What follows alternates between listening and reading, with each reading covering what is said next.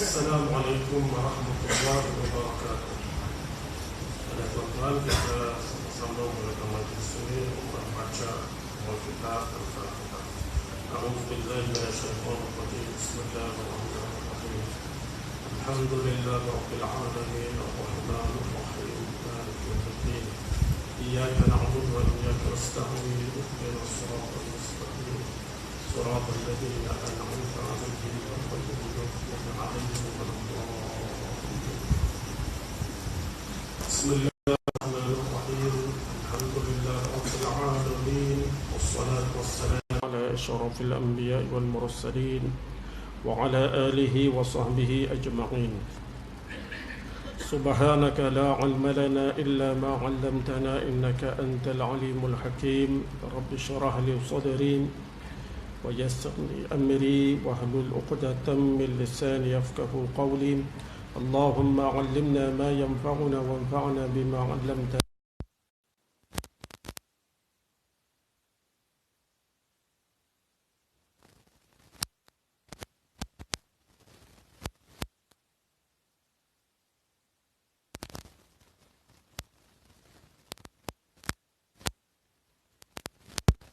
حول ولا قوة إلا بالله ولا حول ولا قوة إلا بالله ولا حول ولا قوة إلا بالله العلي العظيم. اللهم يسر ولا تعسر وأتمم بالخير يا كريم. وبعد. الحمد لله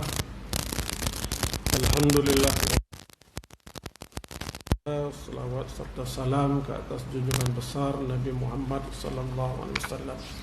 InsyaAllah tuan-tuan, kita akan baca perkara yang berkaitan dengan jenis-jenis zakat.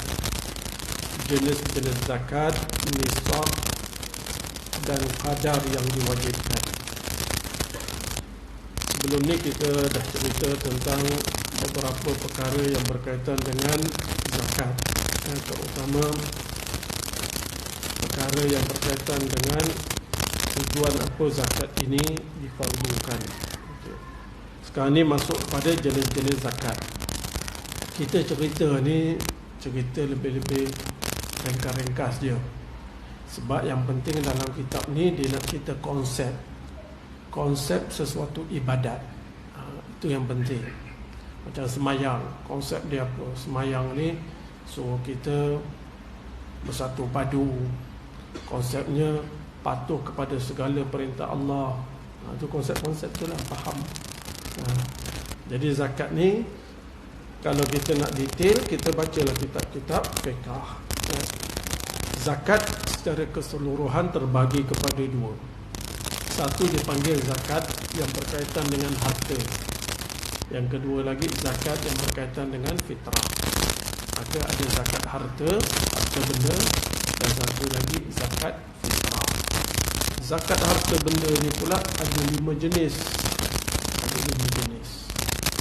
Pertama, zakat emas dan perak. Yang kedua, zakat perniagaan. Ketiga, zakat binatang ternakan. Keempat, zakat tumbuh-tumbuhan seperti biji-bijian dan buah-buahan. Dan yang kelima, zakat rikaz. Rikaz ini harta yang terpendam dalam bumi ataupun harta karun. Itulah zakat. 5 benda ni ada kena mengena dengan zakat. Zakat harta benda. Yang satu lagi zakat fitrah yang berkaitan dengan diri seorang manusia. Kita pergi secara ringkas zakat emas dan perak. Daripada banyak-banyak jenis logam,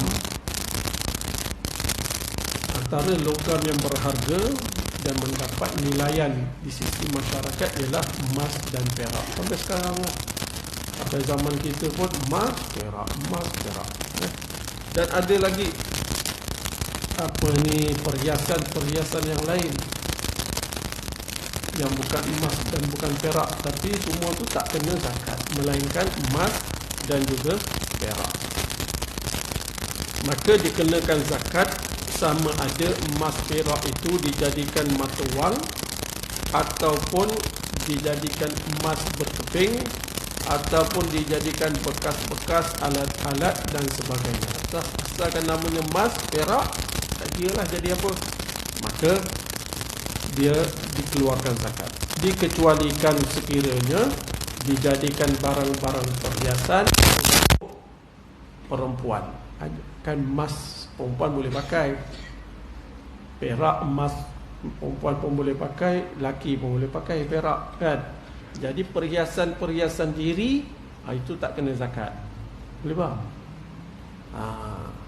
Semua yang berkaitan dengan emas, perak kena zakat, kecuali perhiasan diri. Kalau perempuan tu emas boleh, perak boleh. Kalau lelaki perak boleh. Nisab dia berapa? Nisab dia kadar minimum. Kalau ada kadar minimum ni, wajib keluarkan zakat. Kalau tak sampai kadar nisab ni, kadar minimum, tak wajib zakat. Nisab emas adalah 20 misqal. 20 misqal ni sama dengan 85 gram. 85 gram emas. Kiralah agak-agak kat rumah kita tu berapa berat emas. Kalau perak pula 200 dirham. 200 dirham ni sama dengan 595 gram perak. 595 gram. Bila ada nisab ni, kena keluar zakat. Berapa banyak kena keluar zakat? Kadarnya 2.5%, 2,5%. Sikit je lah, sikit. Emas ni tuan-tuan, memang harganya sentiasa naik. Ada ke harga turun emas? Tak ada tak? Jarang-jarang ada tak? Dia sentiasa naik. Kalau dulu kadar nisab emas 85 gram ni dijadikan wang, duit. Kalau dulu 2100, tahun 2100 kadar nisab Selangor ni RM2,600. 2001 RM2,600. Sekarang 2023, tahun 2023, kadar nisab emas ni dah jadi daripada 2,000 dah jadi 23,000. 23,000. Tengok berapa banyak dia pergi. Itu nilai emas makin lama makin meningkat. Jadi kita keluar 2.5%. Okey. Syarat-syarat orang yang nak keluarkan zakat emas perak ni. Pertama, zakat dia, syarat dia ialah dia mesti Islam. Yang kedua, merdeka. Yang ketiga, milik sempurna, milik dia. Yang keempat, sampai nisab. Kalau tak sampai, tak wajiblah keluar. Yang kelima, sampai 1 tahun disimpan. Jadi sampai setahun dipanggil haul, setahun. Kemudian sampai nisab. Islam, merdeka, milik sempurna, itu biasalah. Sebelum sampai setahun kita milik emas ni, tak perlu bayar zakat. Tapi dah cukup setahun, barulah kena zakat. Okey. Apabila cukup 5 syarat ni, barulah dikeluarkan zakat. Okey, habis. Itu emas, perak. Zakat harta benda. Harta benda perniagaan. Zakat perniagaan lah, senang cerita itu. Zakat perniagaan ni, tuan-tuan baik dengar elok-elok. Segala jenis perniagaan maka kena zakat. Tak kira jual goreng pisang ke, nasi lemak ke, tak kisahlah apa benda.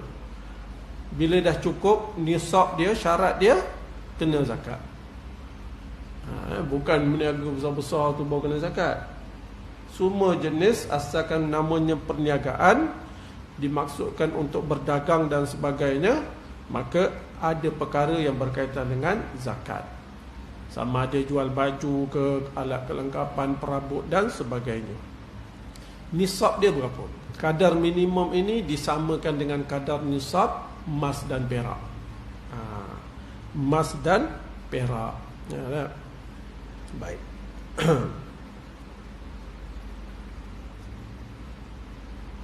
Tapi emas ni tuan-tuan, dia tak tetap. Dia naik turun tak, dia tak tetap. Maka kita tanyalah pejabat agama tu. Jadi nisab dia samalah dengan harga ataupun nilai emas dan perak. nilai emas dan perak. Macam tadi 23,000 kan, macam itulah. Meniaga durian berapa ribu dapat. Tengoklah. Lepas tu tengok pula syarat dia tak. Okay. Kadar yang wajib dikeluarkan 2.5%. Syarat dia sama dengan emas perak, cukup nisab sampai setahun. Zakat haiwan ternakan ni ringkas-ringkas tuan-tuan, nak detail mengaji kitab fiqh. Zakat haiwan ternakan, daripada banyak-banyak haiwan ni, haiwan yang dikenakan zakat: unta, lembu, kerbau, kambing, biri-biri. Ayam tak kena ke? Tak kena. Tapi kalau dia meniaga ayam, dia ternak ayam untuk perniagaan, kena tak zakat? Kena. Kena zakat kat mana? Dekat perniagaan. Bukan ternakan. Tapi cerita dia lebih kurang sama. Baik. Permulaan nisab bagi binatang ni dia susah sikit lah, kan? Tuan-tuan dengar ringkas-ringkas. Lembu, kerbau, kalau kita ternak sampai 30 ekor, barulah mula kena zakat. Kalau kurang daripada 30 ekor, maka tak kena zakat. Permulaan nisab bagi unta 5 ekor. Ada 5 ekor, kena zakat. Awak ada unta berapa? Yuk. Ada unta berapa ekor? Tak ada lagi tak? 5 ekor kena zakat. Lembu, kerbau 30 ekor. Dan habis. Kambing 120 ke? Saya lupa lah. 40 hingga 120. Saya lupa kambing. Baik. Syarat dia pula. Kita tengok syarat wajib zakat ni. Cukup nisab, cukup minimum tu, bilangan minimum, cukup haul genap setahun. Ini pun ada cerita setahun. Milik sempurna, haiwan tu diternak, dilepaskan di padang rumput. Pemiliknya adalah orang yang merdeka. Biasalah yang penting haul. Haul tu ada dalam masalah binatang ternak. Kemudian zakat tumbuh-tumbuhan. Tumbuh-tumbuhan ni termasuk biji-bijian dan buah-buahan. Semua buah ke kena? Tidak. Baik, dia kata gini, jenis biji-bijian yang dikenakan zakat antara lain adalah padi. Biji-bijian itulah makanan asasi kita. Kita padi, ada tempat gandum, ada tempat barley, ada tempat jagung. Gitulah. Itu semua macam itulah jenis-jenis kacang. Kalau kat India, kan? Itu kena zakat. Biji-bijian. Jadi dia semua ni jadi makanan utama bagi penduduk sesuatu tempat. Syarat-syarat dia dalam kitab fiqh. Adapun buah-buahan yang kena zakat ialah buah zabib dan juga korma. Buah zabib ni apa Melayu panggil anggur. Anggur yang kering tu, yang kismis lah, yang dah kering, itu kena zakat. Dan juga korma kena zakat. Adapun buah-buah lain, mangga ke apa ke, tak kena zakat. Kita tanam banyak pokok mangga, berbuah sekarang ni. Dokong semua berbuah, cantik sekarang ni. Tak, Kelantan sekarang dokong bagus. Tak kena zakat. Tapi kalau kita tujuan untuk berniaga, dia akan kena zakat perniagaan. Habis. Itu lebih kurang macam tu lah. Dia kata padi ni, nisab dia, nisab kena zakat padi ni bila 363 gantang. 363 gantang, lebih kurang macam tu lah, kena zakat. Zakat berapa banyak kena keluar? 10%. Tapi yang ini belum lagi lah. Tapi yang ini tak ada setahun, tak ada haul-haul ni, tak ada. Cuma sampai nisab, bila kita ambil cukup nisab, kena keluar. Dia ni tak ada syarat setahun-setahun, ni tak ada. Yang tadi tu semua ada setahun-setahun tu. Jadi Islam merdeka milik sempurna sampai nisab. Bijian tersebut merupakan makanan yang ditanam oleh manusia dan merupakan makanan yang mengenyangkan. Tak ada syarat setahun-setahun, ni tak ada syarat. Kalau buah tu 2-3 kali setahun dapat hasil sampai nisab dia, kena keluar zakat. Ini padi lah, mangga semua tak ada. Durian lagi tak ada. Kalau bisnes, zakat bisnes lah, perniagaan. Kira apa? 23,000 lah ikut emas perak tadi. Dia zakat perniagaan ni, nisab dia yang minimum berapa, ikut emas perak. Sama juga zakat pendapatan tu. Zakat rikas. Rikas ni harta orang dahulu kala, emas ke perak ke. Jadi orang yang beli tanah ni, tiba-tiba bila beli tanah, dalam bumi ni ada harta. Dia panggil harta rikas. Maka dia jadi milik dia, harta tu. Dan dia kena keluar 1/5 daripada jumlah harta tersebut. 1/5. 1/5. Baik. Rikas ni pun tak syarat setahun. Bila kena zakat, bila jumpa cukup nisab, keluar zakat. Macam tanaman tadi, bila kita tuai cukup nisab dia, keluar zakat. Tak ada syarat setahun. Baik. Adapun zaman moden ni banyaklah benda-benda zakat ni. Ada benda-benda zakat macam-macam. Okey, zakat mata wang. Zakat mata wang, wang kertas. Wang kertas adalah sebagai tanda bahawa yang memegangnya berhak memperolehi emas ataupun perak sebanyak angkanya. Asalnya duit kertas ni ganti daripada emas dan perak, betul? Tetapi sekarang wang kertas itu sudah laku di pasar-pasar sebagai ganti emas dan perak. Dulu guna emas perak, sekarang ni guna duit kertas ni. Duit kertas ni dah jadi suatu bukan suatu alat untuk perniagaan, suatu alat yang mempunyai nilai ganti daripada emas dan perak. Dengan wang tersebut dapat dibeli apa saja dan boleh ditukar dengan perak pada sebarang waktu dan tempat dengan segera. Maknanya boleh belilah, jual beli boleh berlaku. Oleh kerana itu, wang kertas tadi wajib zakat. Wajib dikeluarkan zakat apabila mencukupi syarat-syarat wajib zakat. Syarat-syarat wajib zakat yang mana? Ya, ini syarat-syarat wajib zakat yang berkaitan dengan emas perak tadi. Emas perak tadi. Baik.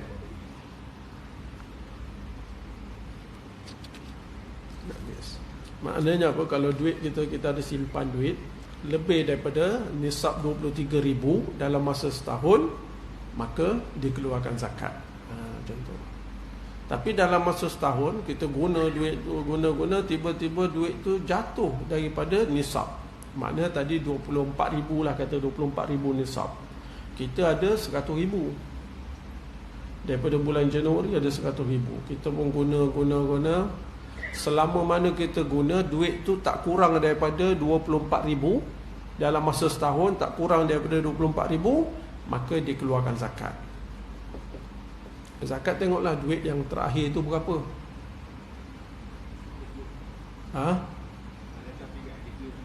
Ini bukan, ini zakat simpanan. Jangan tanya tonggang tu balik. Nanti pening orang. Tapi kalau duit kita 100,000 pada awal bulan, awal tahun, bulan 1 lah contoh, 100,000. Kita guna. Kita pun beli barang. Ketika bulan 5, duit kita dah beli barang jadi 15,000. 15,000 15,000 ni dah kurang daripada nisab zakat tadi 24,000, betul? Kurang 15,000. Maka tempoh tadi daripada bulan 1 hingga bulan 5 tu dah tak kira dah, tak pakai.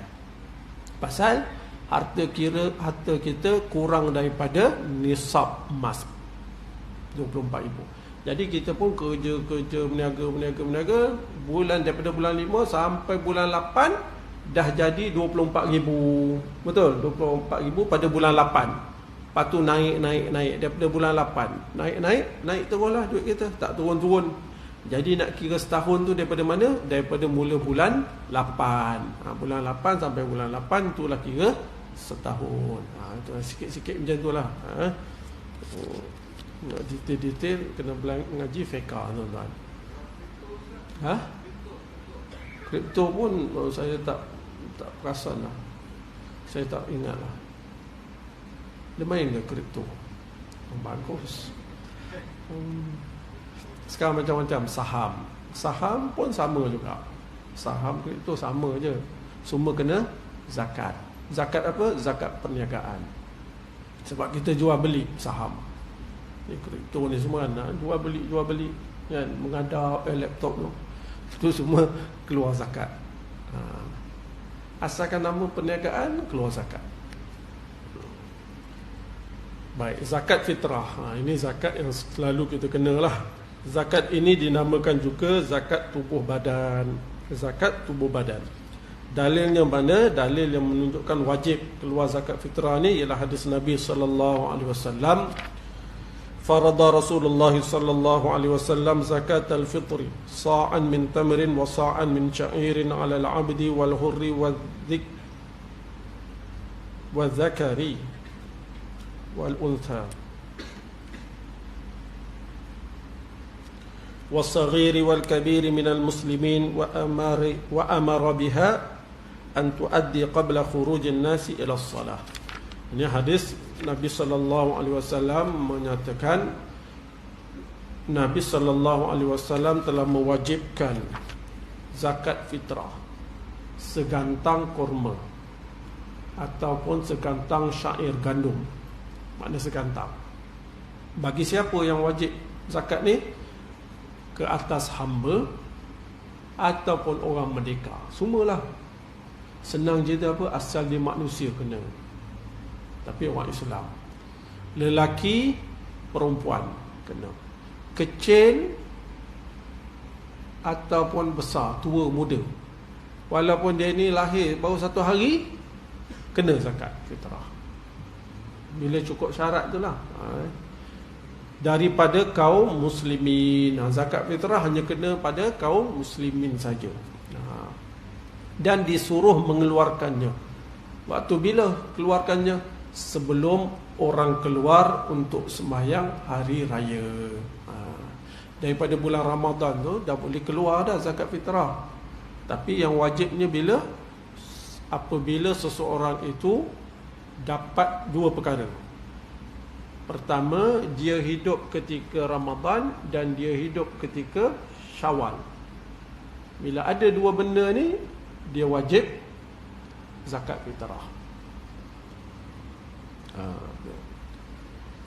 Maka zakat ini diwajibkan pada akhir bulan Ramadan. Bila akhir itulah baru tahu dia ni cukup sempat tak habiskan Ramadan, sempat tak Syawal. Ketika telah wajib bagi seseorang.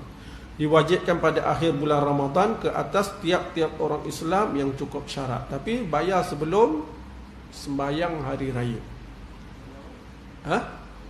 Bayar awal bulan Ramadan boleh. Sunat je lah. Tak jadi wajib lagi. Kalau 15 Ramadan meninggal, asalnya tak payah bayar zakat pun. Jadi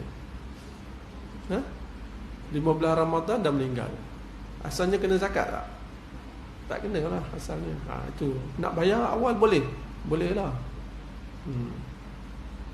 Kan? Tujuan diwajibkan zakat ini adalah untuk membantu orang yang tidak bernasib baik seperti fakir miskin dan sebagainya, supaya mereka dapat merayakan hari raya puasa seperti orang kebanyakan. Kita tengok syarat pula. Syarat wajib keluar zakat ni, zakat fitrah ni. Pertama, orang Islam. Bukan Islam tak wajib. Yang kedua, orang ini orang itu ada pada waktu, makna ada pada waktu makna orang ni hidup lah, senang faham gitu. Orang ini hidup ketika waktu terbenam matahari penghabisan bulan Ramadan, hidup. Maka orang yang mati sebelum terbenam matahari penghabisan bulan Ramadan tidak wajib fitrah ke atasnya. Demikian juga orang yang lahir sesudah terbenam matahari malam raya, itu pun tak wajib zakat. Makna dia wajib zakat kalau dapat dua benda ni. Bulan Ramadan dia dapat, awal Syawal pun dia dapat. Kan, yang tu wajib keluar zakat. Tapi kalau dia dapat hidup waktu bulan Ramadan saja, ini tak wajib zakat sebab dia dah meninggal lah. Ataupun dia lahir ni tadi malam tadi baru terbenam Ramadan kan. Ramadan baru terbenam. Sekarang ni maghrib, pukul 10 malam nanti baru dia beranak. Anak ni baru lahir. Dia lahir pada hari bulan Syawal. Dia pun tak kena zakat pasal dia tak dapat hidup ketika Ramadan. Macam itulah. Habis. Kemudian pula syarat yang ketiga, selain Islam kemudian dapat hidup Ramadan dan juga Syawal, yang ketiga dia mempunyai kelebihan harta daripada keperluan makanan untuk dirinya sendiri dan untuk orang lain di bawah tanggungannya, sama ada manusia atau binatang. Orang yang wajib keluar zakat fitrah ni orang yang ada lebihan harta. Lebihan harta ni macam mana kira lebih harta? Maknanya harta kita ni cukup untuk perbelanjaan diri sendiri dan orang yang di bawah tanggungan kita.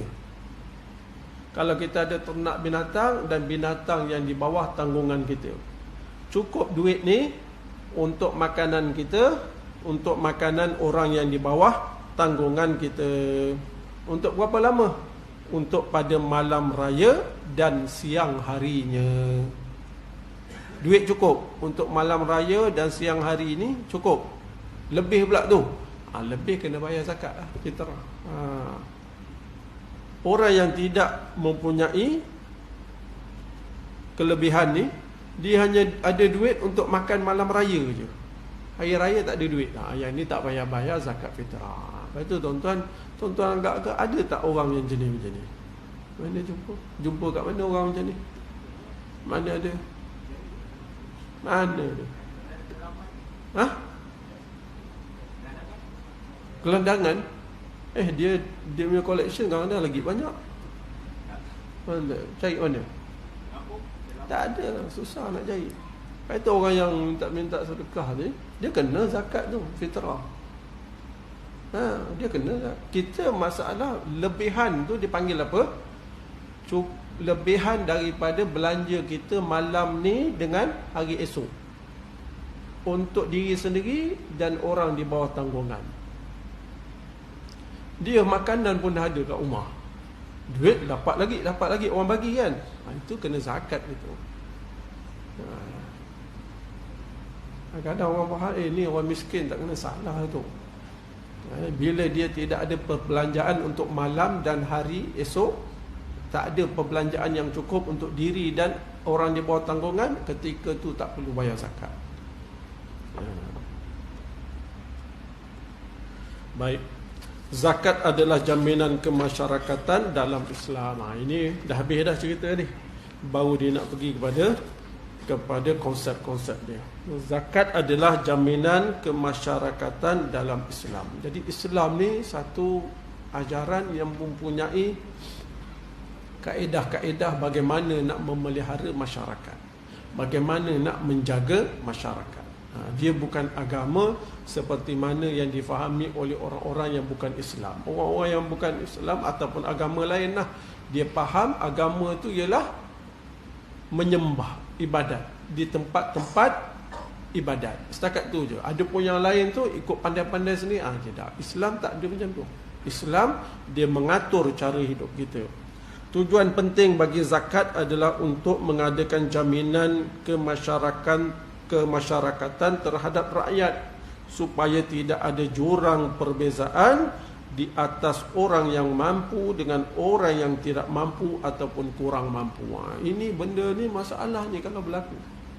Pasal satu Islam ada konsep zakat ini supaya jurang antara orang kaya dengan orang miskin ni tidak terlampau jauh. Tuan-tuan carilah negara-negara, tuan-tuan pergi, kalau orang kaya, kaya sangat. Kalau yang miskin, apa kedana sungguh. Tuan-tuan tengok keadaan negara tu macam mana. Dia akan rosak. Rasuah banyak gini, banyak. Macam-macam penyakit lah akan timbul. Yang apa kedana ni pula, macam-macam kerja dia akan buat. Asalkan boleh dapat sesuap nasi. Itu Islam tak benarkan. Islam jaga supaya jangan terlampau jauh sangat. Jadi orang yang kaya, dalam Islam diajar supaya orang yang kaya ini mempunyai tanggungjawab terhadap masyarakat. Dalam Islam dididik, orang kaya ini dididik. Kita kaya ni ialah bukan untuk diri kita, tetapi kita kaya ini ialah untuk membantu orang lain, dididik. Zakat ni wajib bagi, tapi orang kaya yang telah dididik ni, dia bukan setakat bagi zakat, dia akan bagi lagi sumbangan-sumbangan, kan, sedekah ataupun bantuan-bantuan yang lain. Zakat ni memang wajib, tuan-tuan. Mesti buat. Bukan bila dia bagi zakat makna dia pemurah. Tak, dia bukan pemurah, dia wajib bayar. Yang pemurah ni bila dia bagi lebih daripada zakat, dia bantu sana bantu sana, itulah. Pasal tu orang kaya dalam Islam dididik macam tu. Kekayaan ini ada hak untuk orang yang tak beradil, untuk orang yang kurang beradil. Betul tuan-tuan tengok macam tu kan. Yang kata main apa tadi, kripto lah, orang main saham kan. Dia main, dia menang-menang, dia dapat untung, dia pergi bagi dengan orang miskin sana, bagi sana. Bukan dia cari duit tu untuk dia sangat, dia tak. Dia cari duit tu untuk dia boleh buat bantuan pada orang lain. Ini bagus lah. Ini bagus. Pemerintah Islam hendaklah mengawal masalah rakyat supaya setiap rakyat mempunyai hak asasinya seperti makanan, minuman, pakaian, tempat tinggal, pendidikan yang munasabah. Jadi pemerintah ni kan, dia kena ambil berat benda ni. Hak asasi rakyat ni kena ambil berat. Jadi pemerintah ni dia fikirlah apa yang patut dia buat, apa yang akan memudahkan rakyat. Bukan dia pergi meniaga dengan rakyat. Macam saya cakap dulu kan, dia semua dia nak meniaga dengan rakyat. Habislah rakyat. Sebab rakyat dah bagilah. Bila rakyat ni kena bayar cukai, kena bayar tu, kan, zakat pun dah bagi. Kadal ju' an yakuna kufran. Kelaparan itu hampir-hampir membawa kepada kekufuran. Pasal tu dijaga, jangan sampai ada yang terlampau miskin. Terlampau miskin, kerana dia akan menyebabkan membawa kepada kekufuran. Gitu. Baik, hadis ini menggambarkan kelaparan yang timbul daripada ketidakadilan masyarakat, boleh membawa hingga membawa kemiskinan kepada sebahagian rakyat, boleh menimbulkan secara langsung gejala-gejala yang buruk. Dia timbul, kenapa miskin ni? Kerana ketidakadilan masyarakat. Orang yang kaya hebat, orang yang miskin kena lagi. Pasal tu asalnya cukai ambil daripada orang yang miskin, orang yang kaya tak, tapi orang yang miskin pun kena. Tuan-tuan makan beras tak? Makan. Bila beras naik, orang kaya yang terjejas ke? Semua orang terjejas. Semua orang terjejas. Bila benda macam tu, dia akan membawa implikasi kepada orang-orang di bawah ini. Maka dia akan menimbulkan secara langsung gejala-gejala yang buruk seperti merompak, mencuri, membunuh dan sebagainya. Kerana dia rasa dia tidak diadili dengan sebaiknya. Ketidakadilan itu berlaku. Oleh yang demikian, wajiblah pemerintah Islam mengadakan jaminan kemasyarakatan terhadap rakyat supaya tidak ada rakyat yang lapar dan dapat menyediakan peluang-peluang kerja yang sama mengadakan projek-projek pembangunan negeri, baik dari segi perindustrian, perusahaan, perkilangan, membuka tanah-tanah baru untuk pertanian, menyediakan peluang-peluang berniaga sama ada kepada rakyat, mengadakan projek ternakan dan sebagainya lah. Buatlah apa-apa patut buat, asalkan benda tu membawa faedah kepada rakyat dan tidak mendatangkan mudarat kepada alam sekitar dan juga masyarakat setempat, buatlah. Tapi zaman sekarang tak jadi macam tu. Siapa yang nak buat? Kau parti mana? Parti A ke parti B? Oh, kata parti A tak boleh.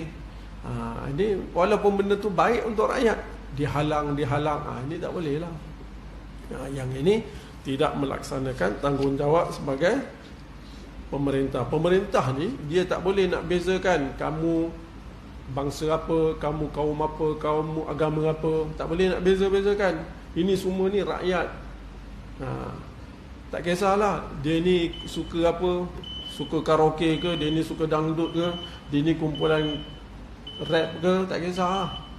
Asalkan dia ni semua rakyat, kita kena jaga. Boleh faham ke? Tak kisahlah dia ni parti apa, payah sangat nak faham. Dia ni parti A ke, parti B ke, parti C ke, kena bagi hak, baru layak jadi pemerintah. Kalau tak boleh nak melaksanakan keadilan, jangan cuba-cuba nak memegang tampuk pemerintahan. Bagi pada orang lain yang sanggup melaksanakan keadilan tu. Sebab bila kita pegang jawatan ni, kita tak mampu melaksanakan tanggungjawab, di akhirat nanti merana. Bukan setakat kat akhirat, kat dunia pun orang dah hina dah. Sebab tu benda ni kena jaga baik-baik. Tak kira siapa pun. Macam kita ada anak. Ada anak ni handsome, ada anak tak handsome, ada ni putih, ada ni kuning, ada ni coklat, macam-macam. Tapi semua anak kena bagi hak dia. Kena bagi. Tugas tersebut bukan saja dipikul oleh kerajaan, bahkan oleh setiap Muslim yang mampu bagi membantu saudaranya daripada hasil pendapatan yang lebih untuk keperluan orang yang tidak mampu ataupun yang kurang mampu, dengan menyumbangkan sebahagian daripada hasil pendapatan yang menjadi hak bagi golongan yang tidak mampu. Jadi kerajaan dia sediakan.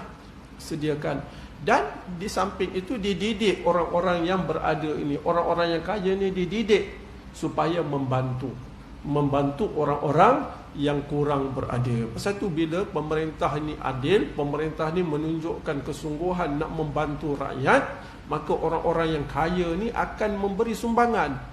Dia akan memberi sumbangan bila dia tengok pemerintah ni adil, memang nak bantu orang-orang miskin.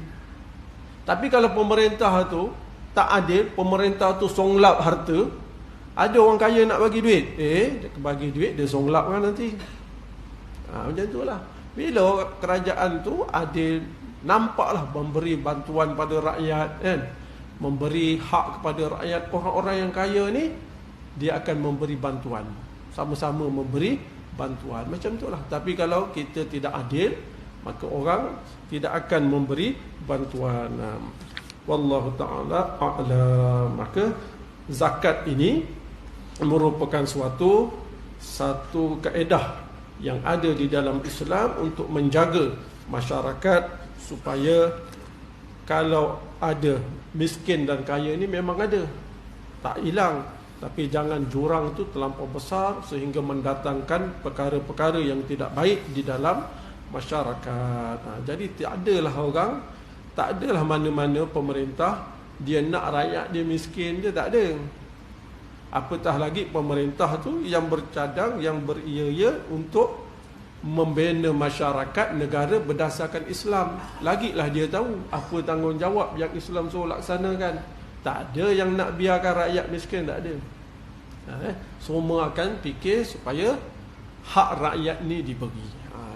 Itulah tujuan utama, benda yang penting yang patut dipikirkan oleh orang-orang yang memerintah. Apa pun pemerintah ni nak buat, dia kena fikir tentang rakyat. Dia tak boleh apa-apa nak buat, dia fikir tentang survival dia. Survival kata. Dia fikir tentang kepentingan diri dia. Dia fikir tentang kepentingan kelompok dia, kepentingan parti dia. Dia boleh buat apa saja Asalkan dia boleh selamat, dia boleh senang, kawannya boleh senang, kumpulannya boleh senang. Rakyat susah, itu tak apa. Itu tak boleh. Jadi pemimpin ni dia kena penting fikir tentang rakyat. Tapi yang paling utama, apa pun yang kita nak buat, kena pastikan Islam itu, agama itu tidak terjejas. Tidak boleh kita buat sesuatu perkara tetapi mendatangkan kesan buruk terhadap Islam. Pasal tu kita lantik pemerintah, jaga agama kita. Kita tak boleh nak jaga sendiri-sendiri. Sebab yang menjaga tu dia akan buat undang-undang. Maka kita lantik orang yang ada jiwa nak menjaga agama. Tapi kalau kita lantik orang yang tak ada jiwa untuk jaga agama, orang yang kita lantik ni hanya jiwanya untuk mencari kepentingan peribadi, untuk menyelamatkan diri, untuk kepentingan kawan dan parti semata-mata, maka kita akan menanggung risiko dia. Sehingga agama menjadi suatu benda yang menjadi di hujung tanduk, jadi bahaya. Ini tak boleh. Maka kita penting dalam Islam, pemerintah ni melaksanakan tanggungjawab, dan orang kaya pun melaksanakan tanggungjawab, sama-sama membantu orang-orang yang kurang berada. Wallahu ta'ala a'lam. Subhanakallahumma bihamdik, asyhadu an la ilaha illa anta, astaghfiruka wa atubu ilaik. Bismillahirrahmanirrahim. Wal 'asr, innal insana lafi khusr illa alladhina amanu wa 'amilus solihat wa tawasaw bil haqq wa tawasaw bis sabr. Assalamualaikum warahmatullahi wabarakatuh.